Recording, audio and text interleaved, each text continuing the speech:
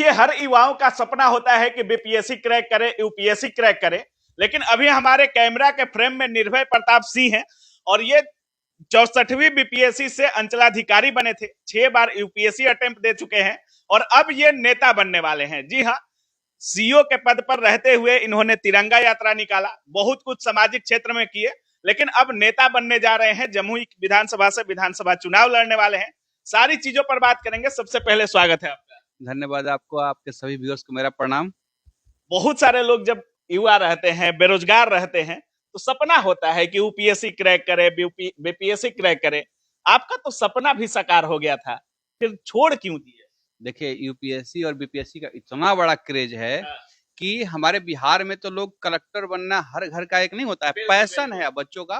खास करके वैसे बच्चे जो पढ़ने में थोड़ा सा भी तेज हों या टॉप करते हैं, उनका माता पिता के साथ उसका खुद का अपना सपना हो जाता है, समाज बना देता है, कलेक्टर बनना है। तो हम लोग तो पढ़ने में बहुत तेज नहीं थे। 10th में 61%, 12 में 62%। अच्छा। बहुत मेहनत किए तो भी बिहार बोर्ड से हम लोग दोनों रहे, कभी सीबीएसई और आईसीएसई बोर्ड में नहीं जाने का सौभाग्य मिला, या जो भी कहिए, बिहार बोर्ड भी अपना एक अलग इसका अंदाज है। मीडियोकर पढ़ाई लिखाई रहा है और उसके बाद लेकिन सपना हरदम बड़ा सोचने का एक रहा है कि नहीं, बड़ा कुछ करना है। तो कलेक्टर बनने का थाम लिया हमने कि कलेक्टर बनना है। इस दौरान 6 अटेम्प्ट हमने दिया, 3 मेंस लिखा। हालांकि यूपीएससी का 3 मेंस। जी हाँ, हालांकि मेरा फाइनल नहीं हो पाया। फिर बीपीएससी हमने दिया और बीपीएससी में सेलेक्ट हुए और 225 रैंक आया। हालांकि मैं मेंस का बहुत सारे सब्जेक्ट का टॉपर भी हूँ। अच्छा। हाँ, बीपीएससी के इंटरव्यू में मेरा बहुत कम मार्क्स आया था, मात्र 50 मार्क्स। फिर भी हो गया। हाँ, अगर मुझे 23 मार्क्स भी दिया जाता ना, मैं इतना ज्यादा मेरा नंबर था जो रिटर्न था कि मुझे 23 मार्क्स भी केवल आता तो भी मेरा रैंक आता।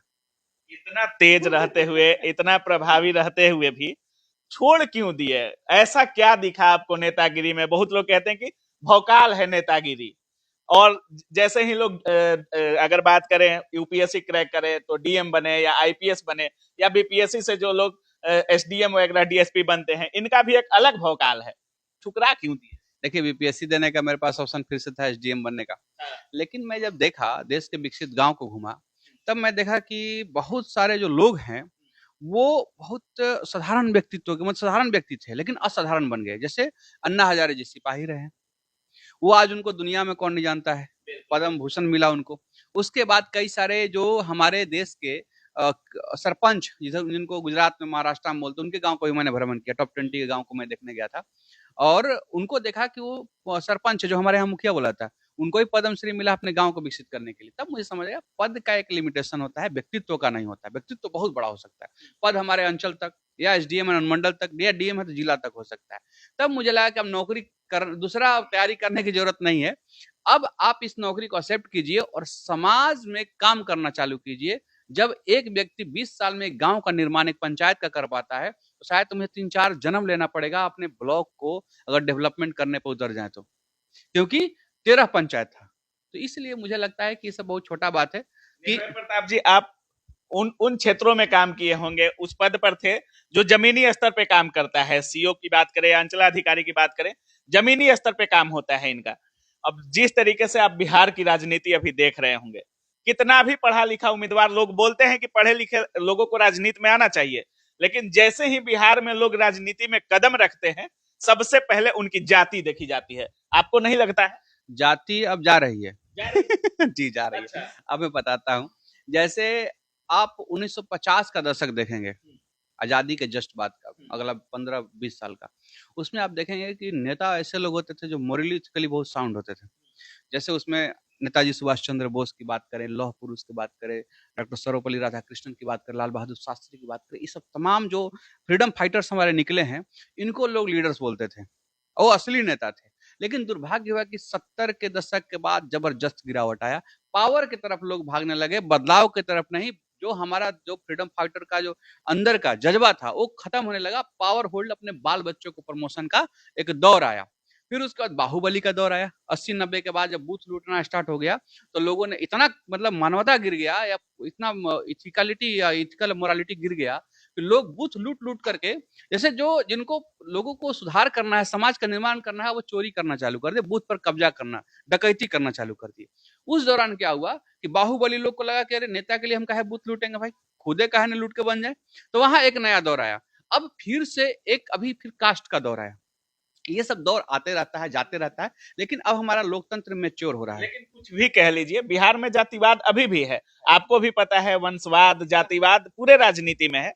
अगर आप जमुई से अगर चुनाव लड़ते हैं तो ऐसा कौन कौन सा मुद्दा लेकर आप जनता के बीच जाइएगा और कहिएगा कि आप अपने जाति पर नहीं, इस मुद्दे पर वोट दीजिए। ऐसा तमाम एग्जाम्पल हमारे लोकतंत्र में दिखा है। अगला 20 साल का मैं बता दूं, राजनीति बहुत तेजी से बदलेगा, उसमें जात बहुत पीछे छूट जाएगा। आज इंटरकास्ट मैरिज कितना बढ़ा है। पहले लोग एक दूसरे के यहाँ पानी नहीं पीते थे, आज क्या ऐसा है? आप किसी के यहाँ पानी पीने से पहले पूछते हैं जात? नहीं पूछते। बहुत वो संख्या ऐसा नहीं खत्म हो गया है हमारे देश में जो अनटचेबिलिटी है, लेकिन वो बहुत संख्या में गिरावट है, बहुत ही कम। अब लोग शादी विवाह में थोड़ा सा करते हैं, आने वाला समय में सब खत्म हो जाएगा। हिंदू एक हिंदू होगा, मुस्लिम एक मुस्लिम होगा। इसका क्या है निर्भय प्रताप जी का, जमुई की अगर विकास करना है तो जमुई के लिए कौन कौन से मुद्दे लेकर जा रहे हैं? सबसे बड़ी बात है शिक्षा, क्योंकि शिक्षा अगर मजबूत है तो देश का भविष्य मजबूत है। आज हमारे सरकारी विद्यालय की अगर स्थिति देखेंगे, या बच्चों वहां से जो निकल रहे हैं, डिग्री लेकर के निकल रहे हैं, उनमें एजुकेटेड माइंड नहीं हो रहा है। वो कुछ ऐसा उनमें जज्बा नहीं पैदा हो पा रहा है, या स्किल डेवलपमेंट या मजबूती शिक्षा के कारण एजुकेशनल नहीं हो पा रहा है कि जो कहीं भी अपनी दावेदारी, अपने पैर की मजबूती बना सके और अपने साथ साथ 4 लोगों को रोजगार दे सके या मजबूत कर सके इस राष्ट्र को। वो कहीं ना कहीं बहुत सारे लोग लाइबिलिटी बन रहा है, बोझ बन रहा है। एसेट जो ह्यूमन संसाधन, मानव संसाधन जो बनना चाहिए, वो नहीं बन पा रहा है। ये थोड़ा सा दुर्भाग्य हो जाएगा, क्योंकि भारत की जनसंख्या तो 40 करोड़ है और युवा देश है। बहुत सारे बच्चे तो 25% से कम के आसपास तो बच्चे हैं जो 14 साल से नीचे। अगर इन बच्चों को हम ताकतवर नहीं बनाए शिक्षा के माध्यम से, तो बहुत बड़ा एक लॉस हो जाएगा। हम चाइना और अमेरिका से आगे नहीं निकल पाएंगे। हमें देश का एक हमारा बहुत प्राचीन काल जो था, गोल्डन एरा बोल सकते हैं, या गोल्डन बर्ड, हाँ, सोने की चिड़िया बोल, तो हम इस तरह का उदाहरण दिएगा। अभी हमें विश्व गुरु फिर से बनना है, और इस विश्व गुरु में भारत नेतृत्व करे, तो हम लोग चाहते हैं छोटे बड़े सभी से देश सहज और सुरक्षित महसूस करे। उसके लिए हमारे एजुकेशन सिस्टम को मजबूत करना पड़ेगा। जो सरकारी विद्यालय में पढ़ाई हो रही है, उसको सिस्टम को मजबूत करना पड़ेगा।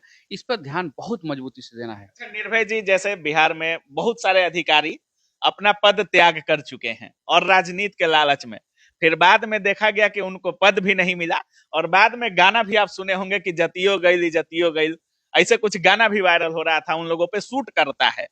जैसे ही कोई अधिकारी इस्तीफा देता है अपने पद से, खासकर सीओ, बीडीओ या कोई आईएएस पीसीएस, जो भी लोग इस्तीफा देते हैं, पता चलता है कि कोई पार्टी पहले से प्लान्ड होता है कि इस पार्टी से हम चुनाव लड़ने वाले हैं और इसी वजह से हम इस्तीफा दे रहे हैं, पार्टी तय हो गया। देखिए, जीवन का डिफाइन कोई पार्टी या वो राजनीति में नहीं कर सकता है।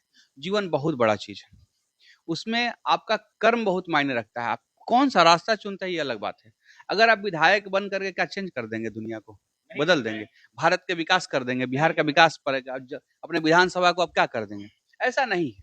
अगर आप अपने किसी पावर के एसोसिएशन से जा रहे हैं, कुछ ऐसा करने जा रहे हैं, तो ये राजनीति का उद्देश्य नहीं था। लोक सेवा और राजनीति एक ऐसा विषय है जहां पर ऐसे लोगों को आना चाहिए जिनमें सही में मानवता और लोगों के सामाजिक बदलाव, अपने इन्फ्लुएंस से, अपनी विचार से बदलने की ताकत हो, ऐसे लोग आए। न कि यहाँ पर ऐसा कुछ पावर नहीं है। अब वो सब भी खत्म होगा। अब जनता किसी से डरती नहीं, कलेक्टर से नहीं डरती है, विधायक से क्या डरेगी? अब भौकाल तौकाल खत्म हो गया, ऐसा कुछ नहीं है। आप सही में दिलों पर राज अगर बदलाव से करेंगे तो लोग आपको माथा पर रखेगा, नहीं तो आपको कहीं नहीं 5 साल बाद फेंक देगा। और बात बची कि कुछ अधिकारी आए हुए हैं, तो देखिए इस लोकतंत्र में क्या व्यवसायी नहीं आए हुए हैं चुनाव लड़ने के लिए? बहुत लोग आए हैं, वंश और विरासत के लोग नहीं आए हुए, माता जी रहे, पिताजी रहे, फिर वो भी आ गए, तो ऐसे नहीं आते। ऐसे उनको आप ऐसे शो नहीं कीजिए कि ये लॉस करके ये आ गए। हाँ, उनको आप सेलिब्रेट कीजिए कि हमारा लोकतंत्र की खूबसूरती है कि हर व्यक्ति आ सकता है, और जो योग्य जनता जिसको समझेगी उसको आगे बढ़ाएगी। नहीं समझेगी तो वो भी अपना समाज में लगा रहे। नौकरी छूट गई तो छूट गई, आप लगे रहिए समाज के लिए, ये थोड़ी को रोक सकता है। उम्मीदवार के लिए 2 चीजें बहुत इंपॉर्टेंट है। जैसे आप अभी दिखा रहे थे कि जमुई में सबसे ऊपर आप चल रहे हैं लोगों की पसंद के ऊपर। 52% लोगों ने आपको वोट किया है कि दैनिक भास्कर की रिपोर्ट है कि 52% लोग आपको चाह रहे हैं कि आप चुनाव लड़िए एनडीए से। और जिस तरीके से इस समय देखा जाए तो अभी की अगर बात करें, जैसे ही कोई प्रत्याशी हो या उम्मीदवार हो, अगर निर्दलीय है, किसी दल से नहीं है, तो या तो दल वाले अप्रोच करते हैं, नहीं तो कैंडिडेट की एक उत्सुकता होती है, किसी पार्टी के तरफ रुझान उसका ज्यादा होता है कि इनके विचारधारा से हम सहमत हैं, इस पार्टी से अगर मुझे टिकट मिल जाए तो ज्यादा बेहतर है। आपने कोई पार्टी सोचा है या किसी पार्टी ने अभी तक आपको अप्रोच किया है लड़ने के लिए? हम लोग जो आत्मनिर्भर गांव के काम कर रहे हैं, ये सब काम और जब से तैयारी कर रहे हैं, हम लोग आदरणीय यशस्वी प्रधानमंत्री जी मोदी जी से बहुत बड़ा इन्फ्लुएंस, बहुत ज्यादा उनके विचारों से प्रभावित है। वो जिस तरह से जन भागीदारी की बात करते हैं, आत्मनिर्भरता की बात करते हैं, क्योंकि यही तभी समय लोगों को सुनने को मिला, आत्मनिर्भर, सेल्फ रिलायंट, इस तरह की कहानी उन्हीं से सुनने को मिला है। आप अपना वोकल फॉर लोकल, इस तरह के जो वन डिस्ट्रिक्ट वन प्रोडक्ट, ये सब सुनने के तमाम चीजें युवा को उसी समय मिला और तमाम युवाओं ने अलग अलग क्षेत्र में अपना योगदान भी देना चाहिए, तो हम लोग उनसे बहुत प्रभावित हैं। और दूसरा चीज, हमारा विचार बहुत राष्ट्रवादी है। इस विचार से मैं कभी भी किसी पार्टी के साथ समझौता नहीं कर सकता है। जो पार्टी इस विचार के साथ, जो राष्ट्रवाद के साथ अगर खड़ी होती है, तो उसके जो एजेंडा हो उसमें मैं फिट बैठूंगा तो आगे बढ़ सकता हूँ, नहीं तो चुनाव कोई बहुत बड़ा विषय नहीं है कि ऐसा भी उसमें ला करके आप क्रांति ला सकते हैं। हाँ, ये जरूर है, ये एक सही प्लेटफॉर्म है, आपका अपील बड़ा होता है, आप कुछ बदल सकते हैं। अगर वो चाहते हैं तो आप चुनाव में जाइए, और हमारा एजेंडा और फिलोसफी जो आप कह सकते हैं वो क्लियर है, उसी अभी आप कुछ दिखा रहे थे, जैसे आप सीईओ के पद पे रहते हुए बहुत कुछ किए भी हैं वहां के जमुई की महिलाओं के लिए या वहां के लोगों के लिए, बहुत कुछ कर रहे हैं। जब आप सीईओ थे तभी, जब आपके अंदर पावर नहीं था, विधायक नहीं थे या कोई ऐसा पद, संवैधानिक पद नहीं था, तब आप इतना कुछ कर रहे हैं। जमुई के अगर जितने लोग देख रहे होंगे, उनके अंदर कोई आस होगा, तो उनको क्या दिखाना चाहेंगे कि किस तरीके से जब नहीं था आपके अंदर कोई पावर, तब आप इतना कुछ कहिए, आएगा तो क्या?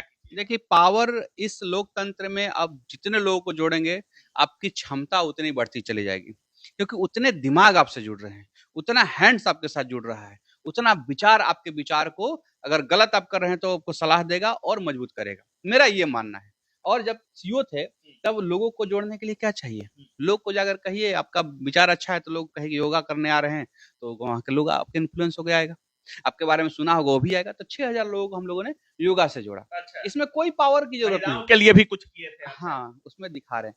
ये स्वच्छता अभियान, इसमें आप अगर कष्ट उठाने के लिए रेडी हैं कि सुबह 6 बजे हमको पहुंचना है किसी गांव में, उस गांव में, क्योंकि आप स्वच्छता अभियान चलाएंगे ना तो बहुत सारे लोग कमेंट मारता है, ए दिखावा कर रहे हैं, बड़का नेता बन रहे हैं, ये अधिकारी बने नहीं, फोटो खिंचाने, ये सब तमाम। लेकिन आप सोचिए कि आप केवल झाड़ू उठाने से पूरा गांव का एक बहुत बड़ा स्ट्रॉन्ग मैसेज आता है, क्योंकि हम लोग झाड़ू क्या समझते हैं, किसी खास जात का लोग चलाएगा स्वच्छता को लिए, और या महिला चलाएगी, दोनों बंधन को आप तोड़ने में सक्षम हो रहे हैं या प्रयास कर रहे हैं, तो इसको क्रिटिसिज्म नहीं, फोटो खिंचाने के लिए नहीं बोलना चाहिए, और उसको आप पॉजिटिव लेना चाहिए।